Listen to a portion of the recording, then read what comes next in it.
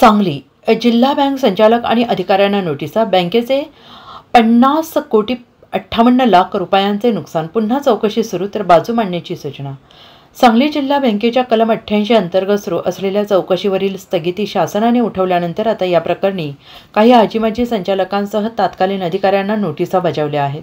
बँकेचे 50,58,00,000 नुकसान केल्याप्रकरणी म्हणणे सादर करण्यास सांगितलेलं आहे. मागील संचालक मंडळाच्या काळात झालेल्या कारभाराविरोधात शेतकरी संघटनेचे नेते सुनील फराटे यांनी शासनाकडे तक्रार दिली आहे. या तक्रारीच्या अनुषंगाने बँकेचे चाचणी लेखापरीक्षण झाले. त्यात काही तक्रारीत तथ्य आढळले. त्यानंतर जिल्हा बँकेचे कलम 83 अंतर्गत चौकशी झाली.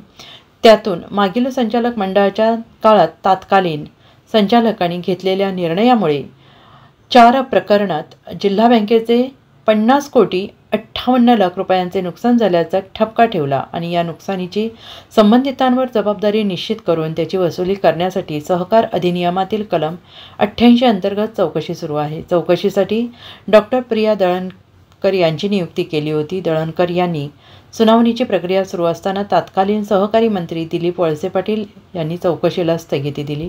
काही दिवसांपूर्वी शासनाने चौकशीवरील स्थगिती उठवली आहे. त्यामुळे चौकशीचा मार्ग मोकळा झाला आहे. पण शासनाने या चौकशीसाठी नवीन अधिकारी नियुक्त केलेले असून मिरजेचे उपनिबंधक बिपिन मोहिते यांची नियुक्ती केलेली आहे.